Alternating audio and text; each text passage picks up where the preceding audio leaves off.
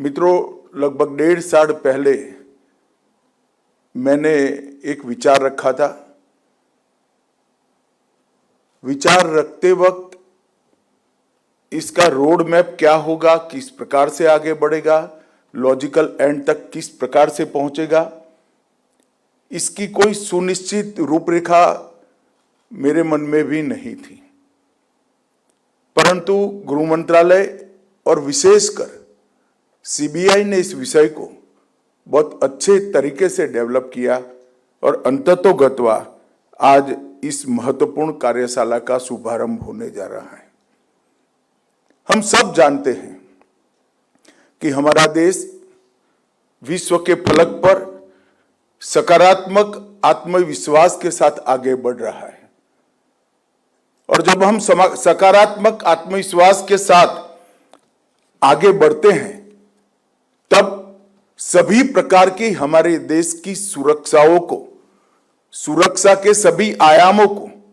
सुनिश्चित करना हम सब के लिए बहुत जरूरी है। हम भारत में करप्शन, क्राइम और टेररिज्म के खिलाफ जीरो टॉलरेंस तो जरूर रखे, मगर भारत की सरहदों के पार बैठकर ये सभी गतिविधियों को जो चला रहे हैं उनके प्रति भी जीरो टॉलरेंस और वो सभी को भारत के कानून की नेट में लाने का प्रयास, और इसके लिए एक सुनिश्चित तंत्र बनाने की जिम्मेदारी भी हमारी ही है। बहुत समय से एक प्रकार के वैक्यूम का अनुभव कम से कम मैं तो कर रहा था। ऐसा नहीं था कि प्रोसीजर नहीं थी, ऐसा नहीं था कानून नहीं था, ऐसा नहीं था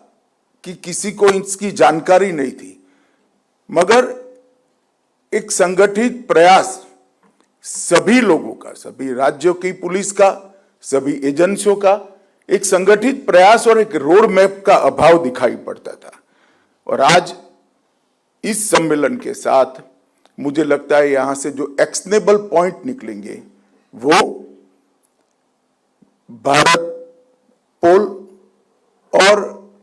हमारी 3 आपराधिक न्याय प्रणाली की 3 नए कानून में जो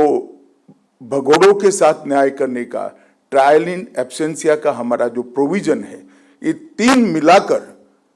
हम किसी भी व्यक्ति को कहां पर भी हो हमारी अदालत के सामने समय पर उपस्थित करने में सक्षम होंगे, इसका मुझे पूरा विश्वास है।